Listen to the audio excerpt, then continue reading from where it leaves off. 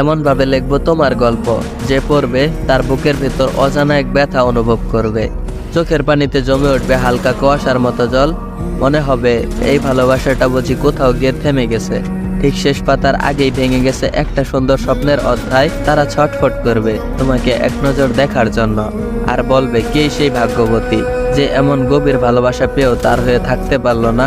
সে ভালোবাসার কদর বুঝতে পারেনি, যে হারিয়ে ফেলেছে এমন একজন মানুষকে যে তাকে নিঃস্বার্থভাবে ভালোবাসতো মন প্রাণ দিয়ে। তোমার গল্পটা যেন এক নীরব আর্তনাদ, যেখানে শব্দ নেই, শুধু অনুভূতিতে আছে না পাওয়ার আর না বলার হাজারো কথা।